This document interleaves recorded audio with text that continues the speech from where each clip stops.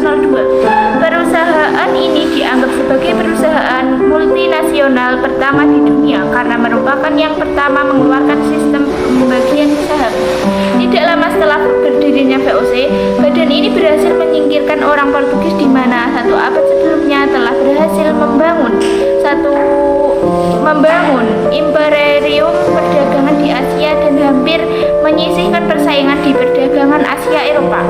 Bisa dikatakan antara semua perserikatan dagang yang ada pada abad ke-17 dan 18, Perserikatan Dagang Hindia Timur atau VOC merupakan yang paling sukses. Meskipun hanya sebuah badan dagang, tetapi VOC memiliki keistimewaan karena didukung oleh negara sekaligus diberikan berbagai fasilitas sendiri yang istimewa. Misalnya, VOC boleh memiliki tentara dan bernegosiasi dengan negara lainnya. Saingan utama VOC adalah East India Company atau EIC yang didirikan di London pada tahun 1600.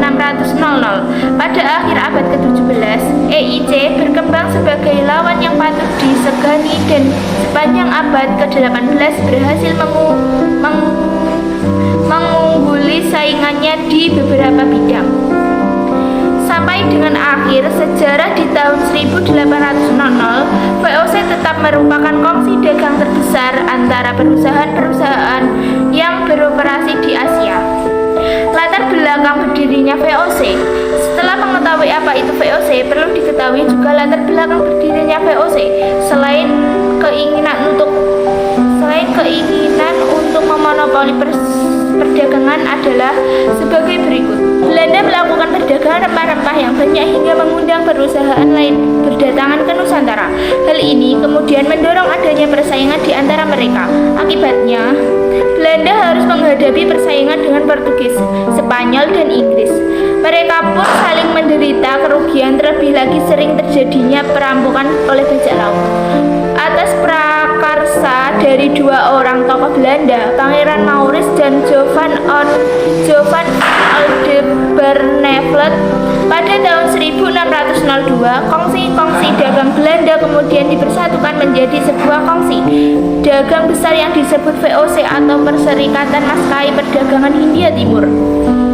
Adanya pengurus pusat VOC sendiri terdiri dari 17 orang. VOC membuka kantor pertamanya di Banten yang dikepalai oleh Francois Fritter. Sehingga dengan demikian latar belakang berdirinya VOC antara lain adalah sebagai berikut: menghilangkan persaingan yang akan merugikan para pedagang Belanda, menyatukan tenaga untuk menghadapi saingan dari bangsa Portugis dan perdagangan lainnya di Indonesia, mencari keuntungan yang sebesar-besarnya untuk membiayai perang melawan Spanyol. Bagaimana mereka menjajah bangsa kita dengan taktik atau monopoli? Taktik adu domba digunakan VOC Belanda memecah kerajaan Banten yang berdiri pada 1525 Masehi. Setelah sekian lama terbentuk, akhirnya di masa pemerintahan Sultan Ageng Tirtayaksa, Kesultanan Banten mengalami masa kejayaan. Dikisahkan pada buku Untung Surapati melawan VOC sampai mati, tulisan Abdul Wahid, di bawah pemerintahan Sultan Ageng Tirtayaksa, kerajaan Banten memiliki armada yang kuat dan menakjubkan. Bahkan Kesultanan Banten sanggup mengaji para pekerja Eropa, mengamankan jalur pelayaran dengan mengirimkan armada lautnya ke kerajaan Sukanda, kerajaan Tanjung Pura, dan menaklukkan di tahun 1661. Pada masa itu, kerajaan Banten yang tengah berusaha keluar dari tekanan VOC yang sebelumnya memblokade kapal-kapal dagang ke arah Banten. Pada tahun 1680 Masehi terjadilah perebutan kekuasaan di internal kerajaan, di mana Sultan Ageng Tirtayaksa melibatkan perebutan kekuasaan dengan putranya bernama Sultan Haji. Perselisihan antara ayah dan anak dimanfaatkan betul oleh VOC untuk memberikan dukungan kepada Sultan Haji, sehingga perang saudara pun tak dapat dihindarkan lagi. Sementara dalam memperkuat posisinya, Sultan Haji mengirimkan 2 orang dutanya untuk menghadap Raja Inggris di London pada tahun 1682 Masehi. Tujuannya agar Sultan Haji mendapatkan dukungan dan bantuan. Perang tak seimbang antara ayah dan anak pun tak terhindari. Hal ini memaksa Sultan Ageng Tirtayaksa mundur dari istana dan melarikan ke Tirtayaksa. Sejak itu nama Sultan Ageng dikenal dengan Sultan Ageng Tirtayaksa. Tetapi pada tanggal 28 Desember 1682 dikisahkan wilayah Tirtayaksa berhasil dikuasai oleh Sultan Haji yang mendapat dukungan dari VOC. Hal ini membuat Sultan Ageng Tirtayaksa beserta Pangeran Purbaya dan Syekh Yusuf dari Makassar memilih menyelamatkan diri ke arah selatan menuju pendalaman Sunda.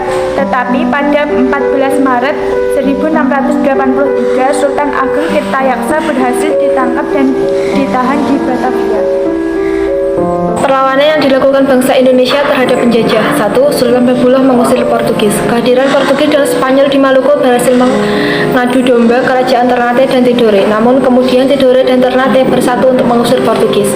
Sultan Khairun menyatukan rakyat dan mengubarkan perlawanan tahun 1565. Portugis terus terdesak oleh gempuran tentara kerajaan yang didukung masyarakat. Portugis menawarkan perundingan kepada Sultan Khairun. Dikarenakan Sultan Khairun adalah raja yang cinta damai, sehingga menerima ajakan Portugis. Pada tahun 1570 bertepat di benteng Sao Paulo terjadi perundingan Sultan dengan Portugis. Pada awal perundingan semua berjalan seperti biasa, tetapi pada saat perundingan berlangsung tanpa disangka-sangka tiba-tiba Portugis menangkap Sultan Khairun dan pada saat itu juga Sultan Khairun dibunuh. Kelicikan dan kejahatan perang Portugis tersebut kemudian menimbulkan kemarahan rakyat Maluku. Sultan Babullah atau putra Sultan Khairun dengan gegah melanjutkan perjuangan dengan memimpin perlawanan. Pada saat bersamaan Ternate dan Tidore bersatu untuk melancarkan serangan terhadap Portugis. Pada akhirnya pada tahun 1575 Portugis berhasil diusir dari Ternate dan melarikan diri menuju Timor Leste. Perlawanan Aceh. Untuk menghadapi Portugis, Sultan Aceh mengambil langkah-langkah sebagai berikut. 1. Kapal-kapal dagangnya yang berlayar disertai prajurit dengan perlengkapan meriam. 2. Meminta bantuan meriam serta tenaga ahlinya dari Turki. 3. Meminta bantuan dari Jepara, Demak, dan Calicut, India. 3. Ketangguhan ayam jantan dari timur. Tokoh Sultan Hasanuddin sangat ditakuti oleh Belanda karena ketangguhannya melawan Belanda sehingga disebut sebagai ayam jantan dari timur. Sultan Hasanuddin adalah Raja Goa Sulawesi Selatan. Suatu ketika kerajaan Goa, Sultan Hasanuddin dan Bone Arupalaka berselisih paham. Hal itu dimanfaatkan VOC dengan mengadu domba kedua kerajaan tersebut. VOC memberikan dukungan sehingga Bone menang pada saat perang Goa tahun 1666. Sultan Hasanuddin dipaksa menandatangani perjanjian Bongaya pada 18 November 1667. Perjanjian Bongaya adalah perjanjian antara Sultan Hasanuddin dan VOC. Isi perjanjian Bongaya sebagai berikut. 1. Belanda memperoleh monopoli dagang rempah-rempah di Makassar. 2. Belanda mendirikan benteng pertahanan di Makassar. 3. Makassar harus melepaskan daerah kekuasaannya berupa daerah di luar Makassar. 4. Arupalaka diakui sebagai Raja Bone. Setelah VOC berhasil mendirikan pusat kekuasaannya di daerah Batavia, VOC berusaha untuk mempraktikkan monopoli perdagangan di Selat Sunda. Selain itu, VOC juga berusaha untuk menaklukkan kerajaan-kerajaan yang ada di Pulau Jawa, termasuk salah satunya yaitu Kerajaan Mataram. Puncak kejayaan Kerajaan Mataram pada masa pemerintahan Sultan Agung yang memerintah pada tahun 1613 sampai 1645. Cita-cita Sultan Agung yaitu mempersatukan seluruh kerajaan yang ada di Pulau Jawa. Tetapi cita-cita Sultan Agung mengalami kendala yaitu dengan hadirnya VOC di Batavia. Perlawanan rakyat Banten terhadap VOC dibangkitkan oleh Abdul Fattah, yaitu Sultan Ageng Tirtayasa dan putranya bernama Pangeran Purbaya atau Sultan Haji. Sultan Ageng Tirtaya dengan tegas menolak segala bentuk aturan monopoli VOC dan berusaha mengusir VOC dari Batavia. Pada tahun 1659 melawan rakyat Banten mengalami kegagalan, yaitu ditandai oleh keberhasilan Belanda dalam memaksa Sultan Ageng Tirtayasa untuk mendatangi perjanjian monopoli perdagangan, kompensasi dalam pendatangan perjanjian pada company. Peninggalan apa yang mereka tinggalkan di Indonesia, budaya ataupun benda? 1. Benteng Belgia. Berlokasi di Pulau Neira, Maluku, membuat benteng Belgia lekat dengan sejarah pendudukan Maluku oleh pemerintah Portugis, tepatnya pada 1512 silam. Mereka datang ke Banda untuk kepentingan membeli rempah-rempah dan membangun benteng Nassau. Berlanjut pada 1609 terjadi perjanjian antara orang kaya di Belanda dengan VOC. 2. Benteng De Kock. Benteng ini dibangun oleh Kapten Beure pada 1825 silam sebagai bentuk dedikasi kepada Hendrik Marcus Baron de Kock, Letnan Gubernur Jenderal Hindia yang juga menjabat sebagai komandan militer pada masa itu. 3. Benteng Dubus merupakan suatu benteng yang didirikan dan diresmikan pada tanggal 24 Agustus 1828 di Desa Lobo, Kabupaten Kaimana, Papua Barat, bertepatan dengan hari ulang tahun Raja Belanda Willem III. Meskipun begitu, bentuk fisik dari benteng Dubus bertahan sampai tahun 1836 dan baru pada tahun itu benteng tersebut benar-benar dihancurkan. 4. Benteng Pandung Cilacap. Benteng ini sempat direbut oleh pasukan Jepang pada 1942, namun diambil dan dikuasai kembali oleh pasukan Belanda pada akhir 1945 hingga 1950, hingga akhirnya Benteng Pandem bisa diambil kembali oleh Indonesia. Kemudian Benteng Pandem mengalami